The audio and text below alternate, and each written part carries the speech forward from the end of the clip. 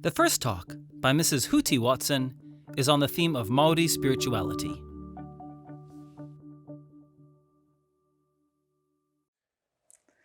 Tēnā tātou katoa.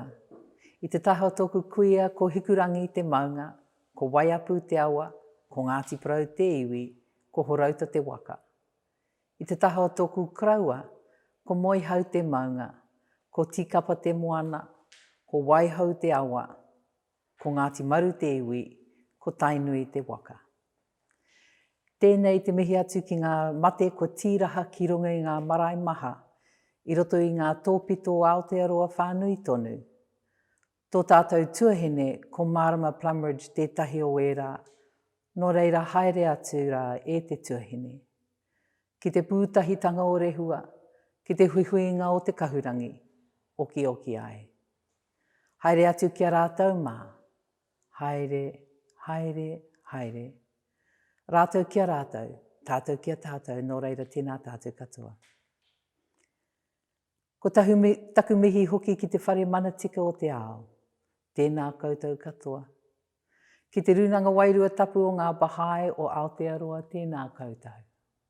O tirā ki ngā mana whenua o te moka e tū mai nei, ki Tamaki Makaurau, tēnā koutou katoa. Kia koe Alliston Milston nāu i whakapuare te huarahi mā tātou i tēnei rā. Kei te mihi, kei te mihi, kei te mihi atu kia koe e te mārei kura. Kia koutou e te hunga o ngā iwi o Bahaula e mā takitaki mai nei, tēnā koutou, kia ora tātou katoa. Aloha pa, dear sisters and brothers from around Aotearoa. I greet you from Tamaki Makaurau today, and I'm honoured to be here with you, albeit virtually, and from Auckland. I'm very pleased to be here following this morning's beautiful plenary talk from Alliston Milston. Ngā mihi kia koe, Alliston.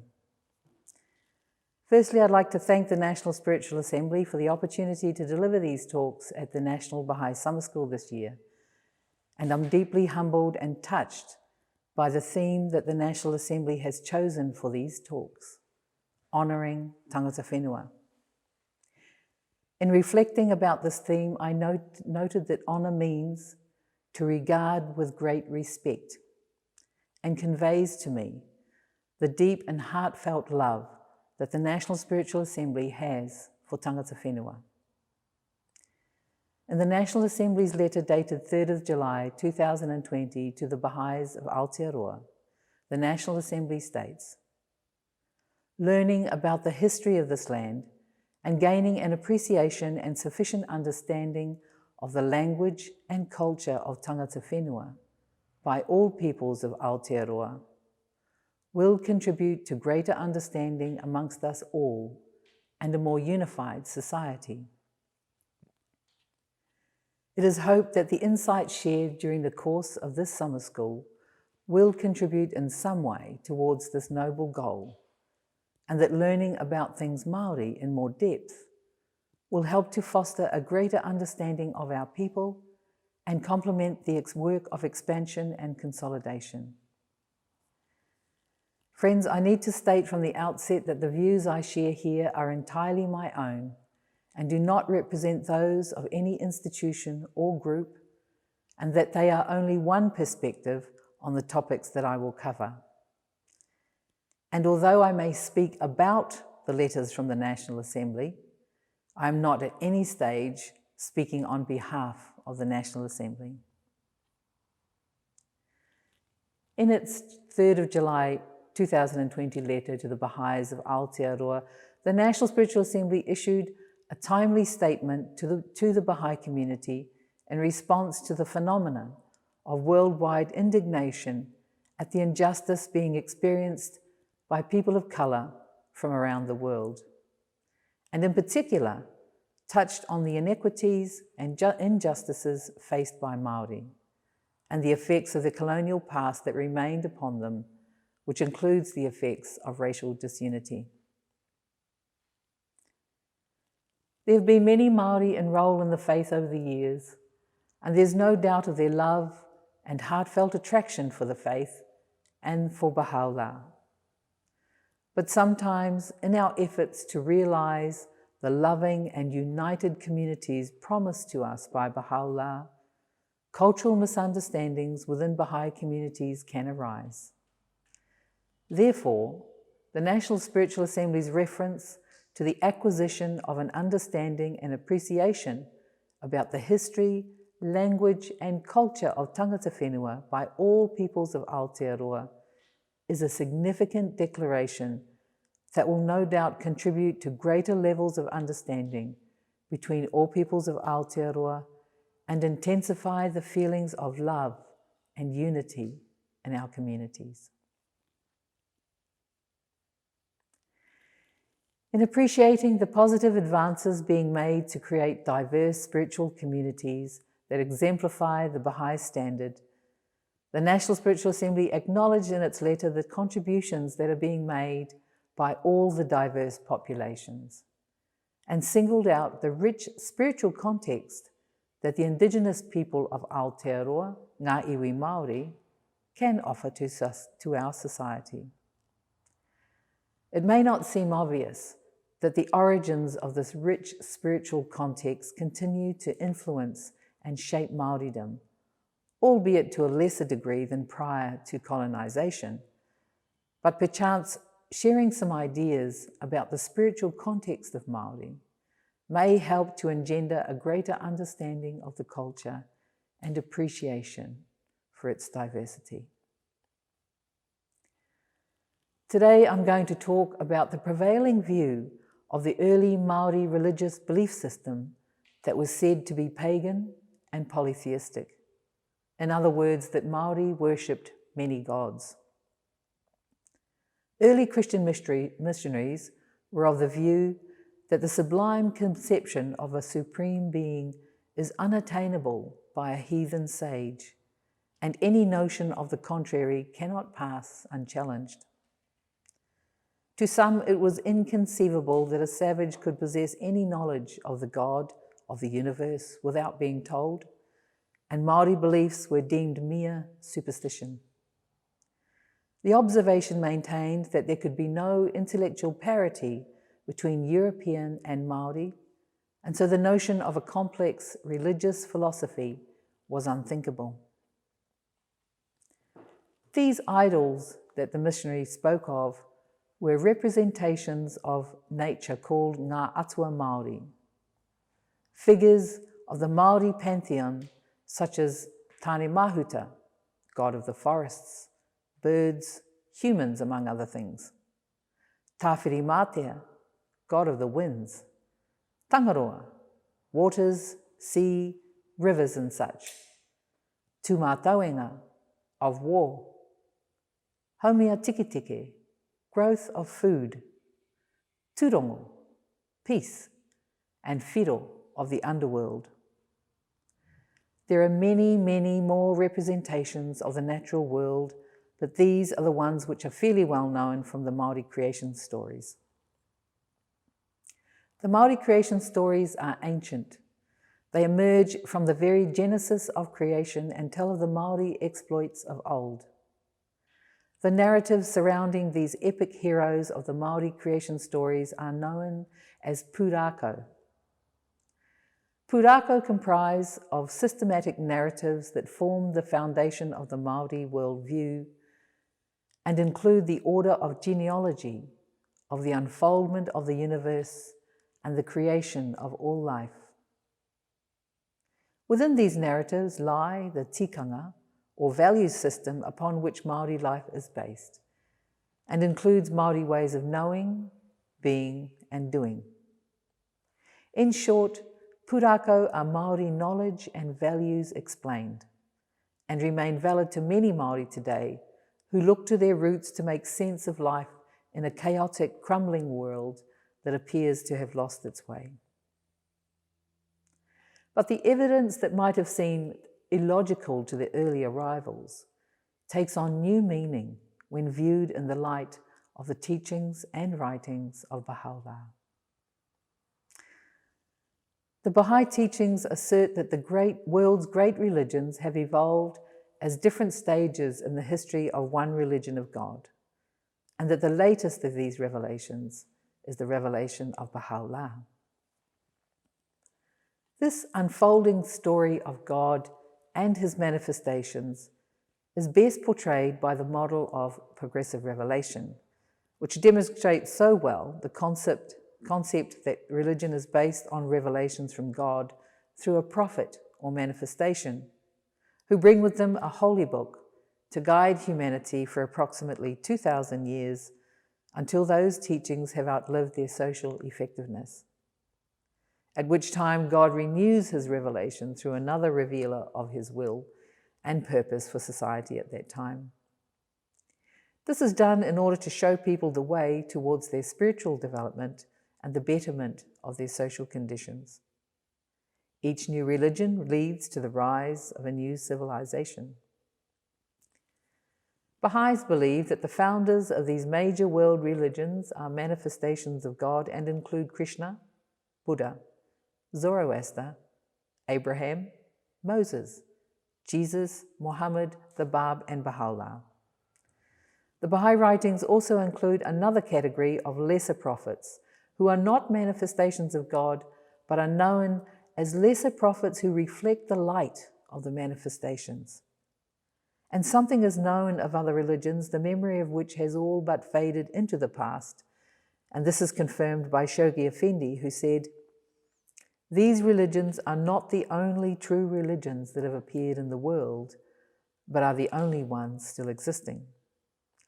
There have always been divine prophets and messengers, to many of whom the Quran refers, but the only ones existing are those mentioned above."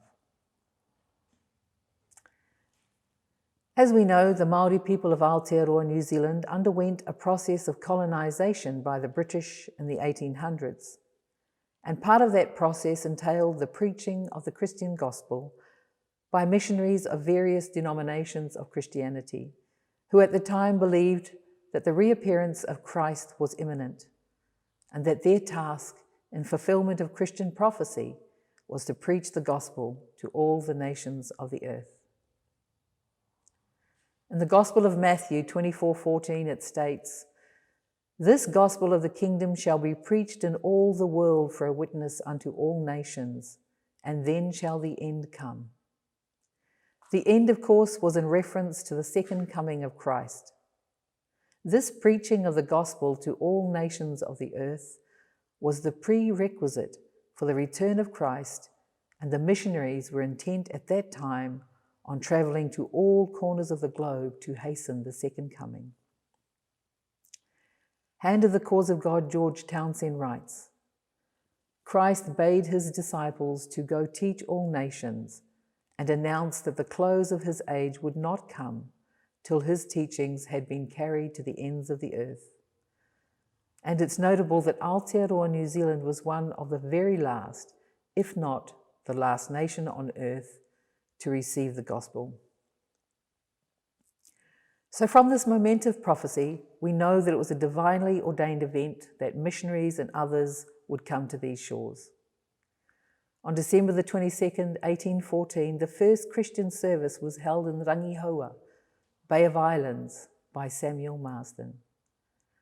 And the process of colonization had begun. The way in which colonization took place may not have been how Maori would have wanted it played out, but that aside, we can see that the arrival of the missionaries was inevitable in order that prophecy might be fulfilled. The period of the subsequent conversion of Maori to Christianity largely took place during the 1830s and 1840s. This period of conversion was so very close to the declaration of the Bab, which took place in May 1844. And so in the scheme of things, the gospel was brought to the original discoverers of this country, Aotearoa, by the Christian missionaries, literally without a moment to spare, before the Bab declared himself to be the manifestation of God for today, and whose mission it was to prepare the way for the coming of Baha'u'llah. There were several reasons for Maori taking up Christianity. For some, it may indeed have been a sacred and spiritual recognition of the manifestation of God, Jesus Christ. And I'm going to relate a short story about this. Around 1820, a series of raids by Ngāpuhi took many captives back to the north from the east coast of New Zealand. In 1833, 4 rangatira from the east coast arrived in the Bay of Islands, and on their arrival, they cried out in joy to see their relatives that had been lost to them and had been captured previously. There they met Piripito Matakura, a rangatira who had been captive and taught the scriptures by the missionaries. In 1833, Piripito Matakura returned to the east coast. He began to teach the faith of Jesus Christ to his own people and taught them how to read the Bible, well before the arrival of any missionaries.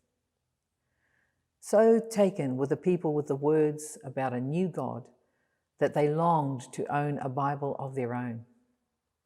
When the first European minister arrived, he promised the people a copy of a Bible for themselves if they would bring him firewood. The next morning he woke to see a pile of firewood stacked some 10 feet high, filling an entire field.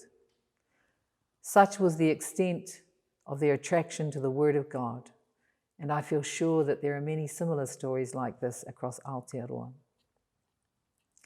For other Maori tribes, they were weary of war and sought the peacemaking services that the missionaries brought with them in order to live in harmony with their neighbouring tribes.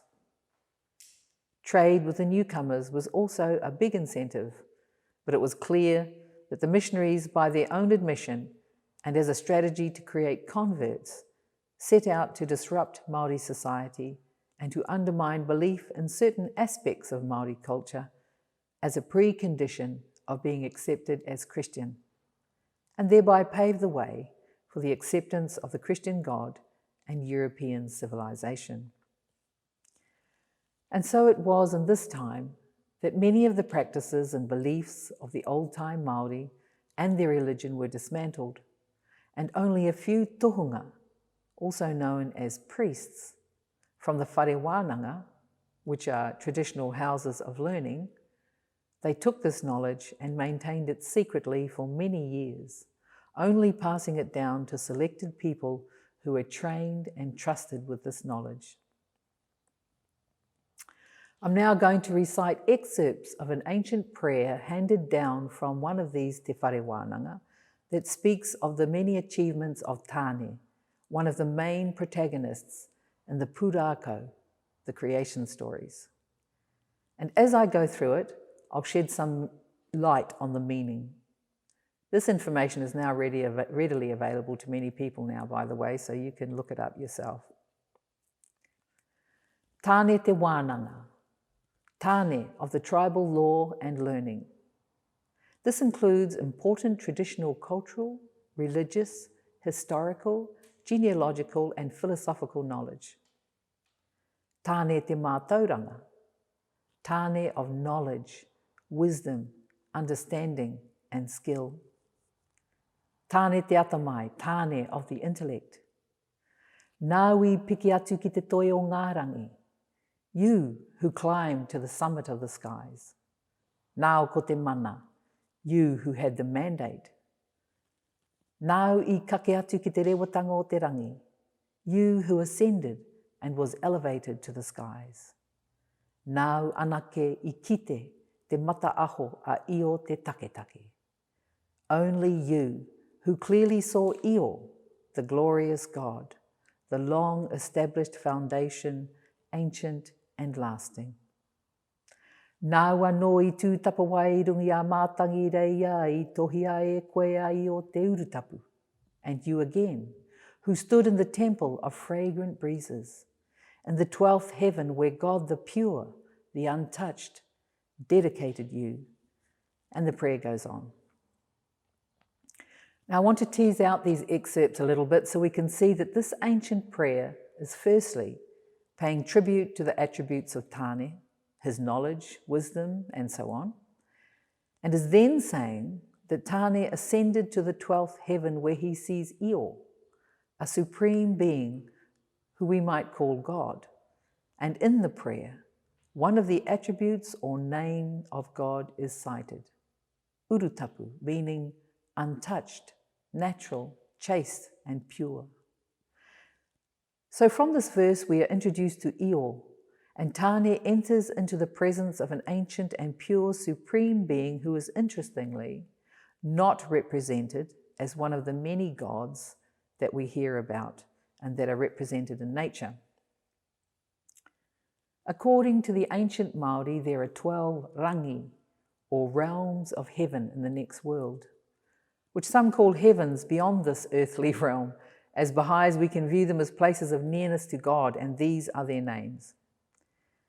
Tiki tiki o rangi, o te toi o ngā rangi, the summit of heaven. Tiri tiri o mātangi, summit of the winds. Rangi nao nao araki, rangi te wana wana, the formidable realm. Rangi nui katika, realm of the great rangi. Rangi mataura, realm of the glowing face. Tauru rangi, heaven's source. Rangi matawai, realm that is the fountainhead. Rangi marekura, realm of celestial maids. Rangi parauri, rangi tamaku, rangi nuia tamaku rangi. And this last one is the realm of rangi nui, sky father, and is the nearest to our earthly realm. We see that Io dwells in the uppermost heaven and is the most intensely tapu, or the most sacred of all. No one of all the denizens of the other 11 heavens can enter this supernal region unless it is so desired by Io himself. So sacred is this realm.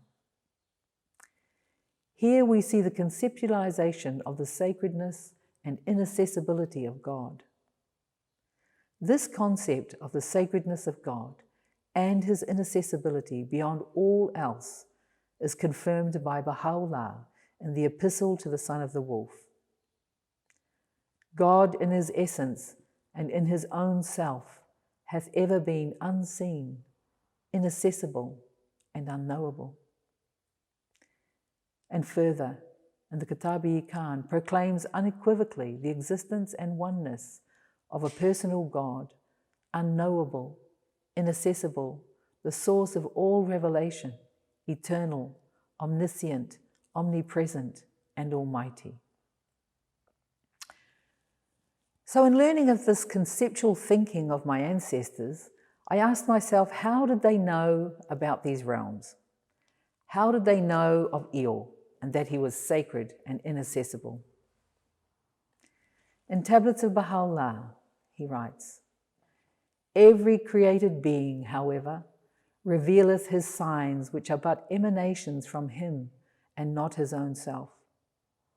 All these signs are reflected and can be seen in the book of existence. And the scrolls that depict the shape and pattern of the universe are indeed a most great book.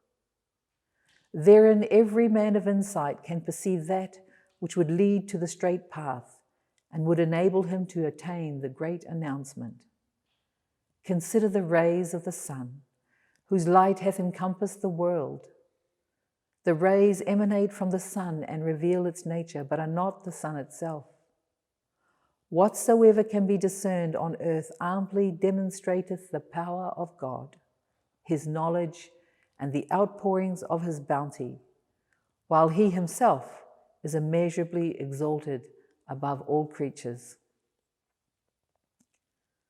Was it by way of the book of existence that Baha'u'llah speaks of that our ancestors knew of Io? Was it by the shape and pattern of the universe, as Baha'u'llah mentions, from the most great book that they learned of him? In the Baha'i writings, there are many names of God, our Creator, and it is clear our early ancestors were also aware of some of these names. According to Maori traditional belief, Io is the supreme spiritual power who resides in the uppermost heaven at Tiki Tiki o Rangi, and these are some of his names. In all of the traditions, Io can be understood to be at the center of the universe and the instigator of creation.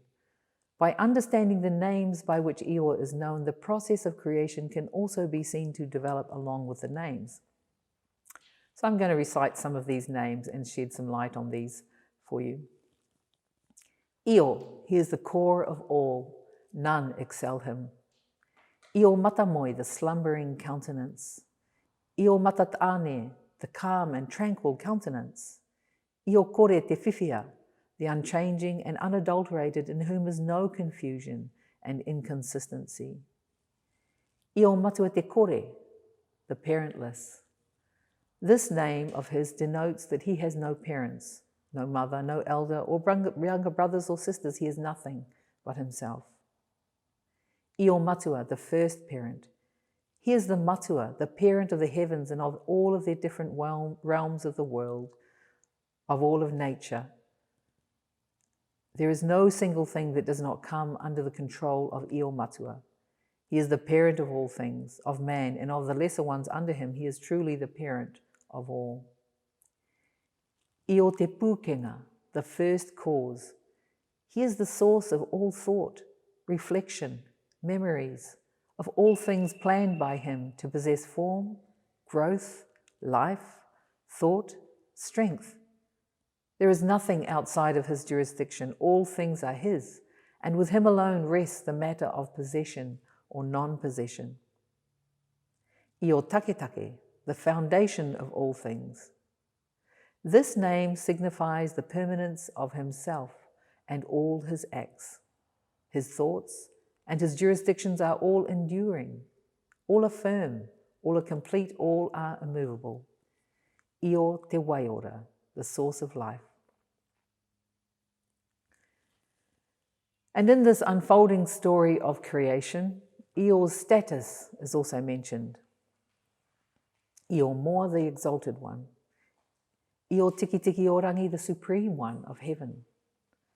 Io Te Toi o Ngarangi, the pinnacle of heaven, the crown of the heavens. This name shows that he is the God of the uppermost of all the heavens. There is no heaven beyond that one, which is known as Te Toi o Ngarangi. Io Nui, he is greater than all other gods. Io Matanui, the great one. This name expresses that no place is hidden from his eyes and his thoughts, whether in the heavens or the various realms, the worlds, the waters, or the depths of the beds or the rivers. All things are gathered together in his eyes. Io Roa, the eternal one. His life is everlasting. He knows not death. Io Uru, the omnipresent. Io Matakana, the all-seeing. Io Te Wānanga, the all-wise. That is to say, he is assuredly the source of all knowledge, whether pertaining to life or death, or to evil or to good, or to dissensions or lack of such, or to peacemaking, or to failure to make peace. Naught is there outside his influence. And then these are followed by names that reflect how Maori attempted to grasp the reality of Io. Io Matangaro, the hidden face, or Io of the unseen face. This name signifies that he is unseen by all things in the heavens, in the world, and various divisions of the heavens or the worlds. No matter what it be, he is not seen. Only when he intends to be seen can he be seen by anyone. He's unseen by all beings of the heavens, of the divisions of the world, and all the denizens, and only when he wills that they shall see him can they do so. Io Mataaho, only his radiance can be seen. His appearance as he moves abroad is as that of radiant light only. He is not clearly seen by any being of the heavens or of the worlds. Io Te Whiwhia conveys that nothing can possess anything of its own volition. By his intention only can it possess aught or not so possess, no matter who or what it be, whether it be persons, beings, the realms or heavens, or anything. Io Te Uru Tapu, the most sacred. He is more tapu than all other things. Io was considered exceedingly tapu or sacred and completely removed or separate from mundane daily life. The knowledge of Io was therefore kept from commoners. Although they might hear the names of Io being spoken in sacred rituals, knowledge of Io was only revealed to those of the exclusive rank of tohunga, or priest. The concept of Io is so far above the actions of people and so sacred that Io does not require anything from creation, nor can humanity do anything to acquire Io's favour. Friends, these are very weighty descriptions of Io, and I'm sure you'll find some correlation of these names and attributes of God that we are familiar with when reading the Baha'i writings. Still, there were those who could not accept that Māori knew of the existence of a supreme being. So in terms of validating these assertions, I might mention Potetau Te Whirowhiro. Potetau Te Whirowhiro, besides being chosen as the first Māori king, was also a powerful warrior and great leader. He was also a tohunga ahurewa, a great high priest of the Tainui Wharewananga, which is the Tainui Sacred House of Learning. He learned the sacred law of his ancestors, the mythology of Polynesia, tribal traditions of Tainui, the genealogical lines, and the tribal boundaries and relationships. In his early years, he was initiated into the law of the Wharewananga, and he was devoted to study and memorize the esoteric teachings of Tainui. The teachings of the Tainui House of Learning reportedly confirmed, in spite of doubts from other quarters, about a supreme being named Io, who was so intensely sacred in himself that even the utterance of his name was avoided on all ordinary occasions and was apparently reserved for the discussion of high priests only. Both the Tai Tokerau and Tainui houses of learning understood Io to be at the source of all knowledge, Io Te Wānanga, the all-knowing, and that any seeking after wisdom was in actuality a seeking after Io. Sir Apira Nangata asserted that the knowledge of Io was widespread, citing Whanganui, Thames, the East Coast, Waikato, Taupo and Wairarapa. Te One Tare Tikao from Kaitahu in the South Island spoke of the creation in which Io brought the sky and land into being. Potetau also claimed to have initiated Governor George Grey into the teachings of the Tainui Wharewananga, and Grey wrote a book relating what he had learned, which led him to conclude that Io was the basis of the prayers in Māori religion by stating, "It was the great God that taught these prayers to man." To shed some light on how it could be that our ancestors clearly possessed the knowledge of the omnipotence of God and knew something of the realms of God and his attributes and names. In Gleanings, Baha'u'llah says, "The earth is itself a revelator of God. Know thou that every created thing is a sign of the revelation of God. Whatever is in the heavens and whatever is on the earth is a direct evidence of the revelation within it of the attributes and the names of God. Inasmuch as within every atom are enshrined the signs that bear eloquent testimony to the revelation of that most great light." This theme of revelation through creation repeatedly appears in the writings. "No thing have I perceived except that I perceived God within it, God before it, or God after it." In Gleanings again, Baha'u'llah says, "Know thou that every created thing is a sign of the revelation of God. Each according to its capacity is, and will ever remain, a token of the Almighty. Inasmuch as He, the sovereign Lord of all, hath willed to reveal His sovereignty in the kingdom of names and attributes, each and every created thing hath, through the act of the divine will, been made a sign of His glory. So pervasive and general is this revelation, that nothing whatsoever in the whole universe can be discovered that doth not reflect His splendour." And again Baha'u'llah says, "How all-encompassing are the wonders of His boundless grace. Behold how they have pervaded the whole of creation.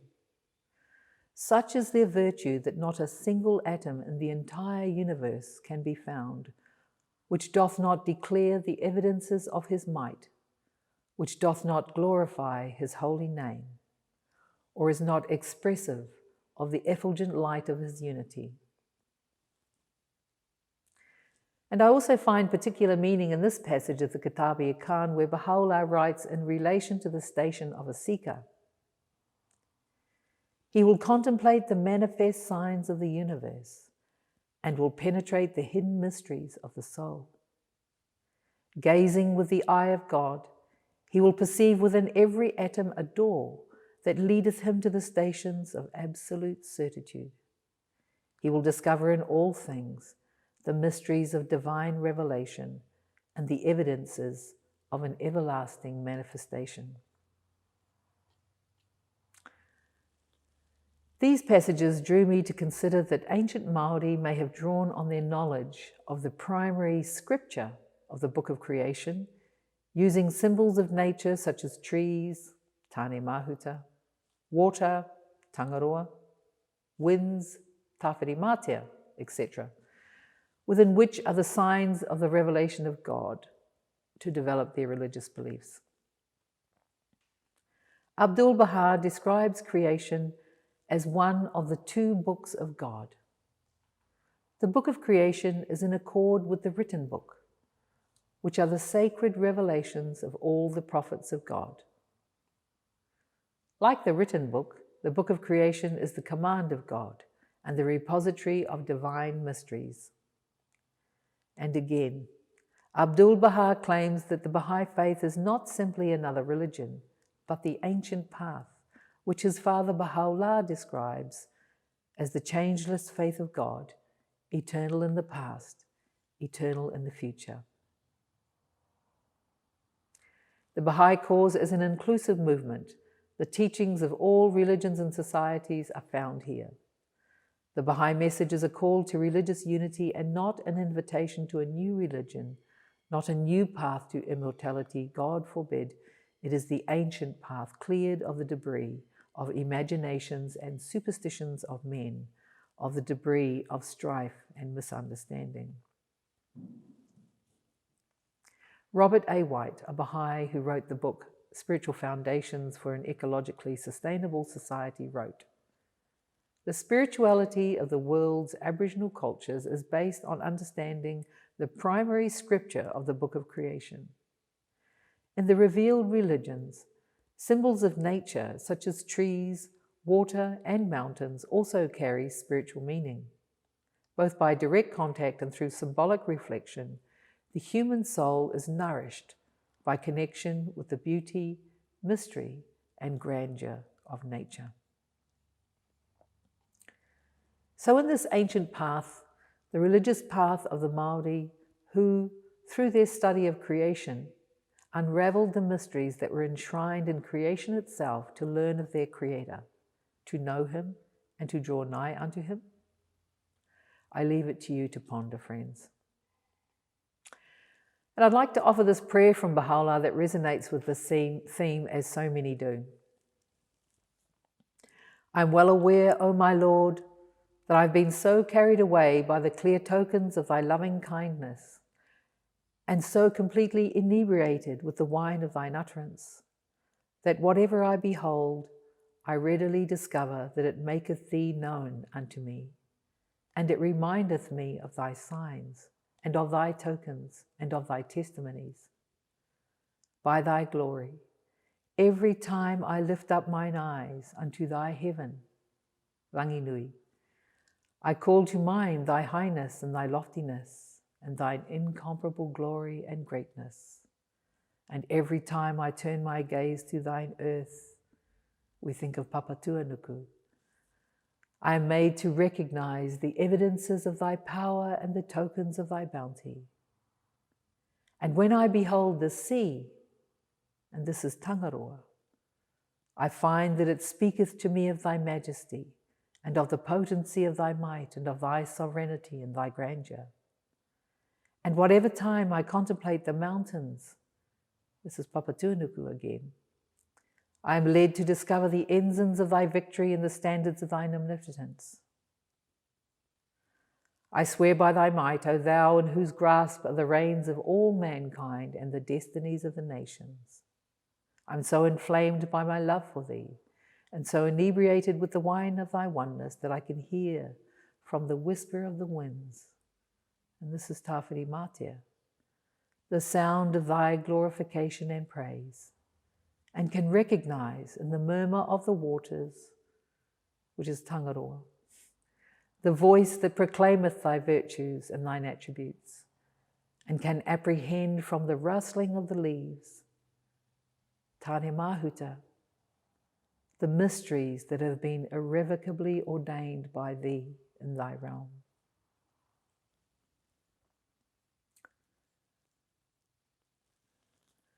So what does all of this mean?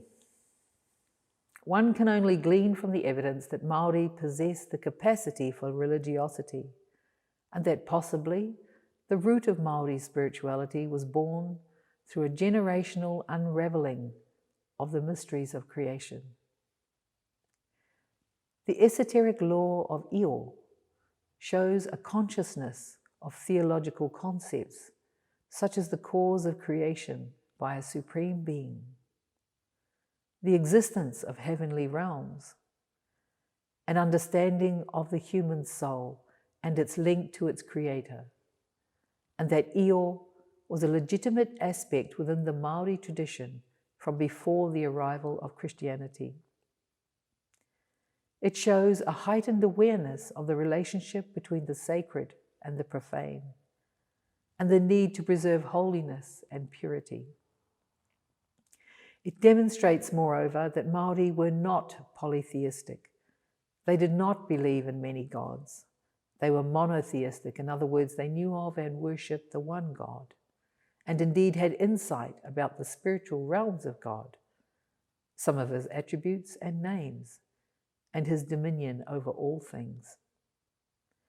However, it appears thus far that they knew of him through the representations of nature, ngā atua Māori, who we may conclude were the signs and attributes of our Creator, drawn from the book of creation, and became the means by which Māori came to know God and to worship him. So where to from here? Friends, well, you might think, what of it? What does this have to do with the colossal work that lies in front of us in Aotearoa? Where do we go from here? The National Spiritual Assembly has spoken of its consciousness that there is much that needs to be learned and applied by all protagonists, the individual, the community, and the institutions, for a truly harmonious and just social order to blossom, and exhorts us to draw on the powers of solidarity and collaboration to transform ignorance and prejudice into awareness and respect, and to focus spiritual and intellectual energies on the contributions that can be made to those around us. And we are surely clear on the course of action set out by the Universal House of Justice, where the promotion of racial unity and the fostering of understanding between diverse peoples should be carried out within the context of community building, social action, and involvement in the discourse of society.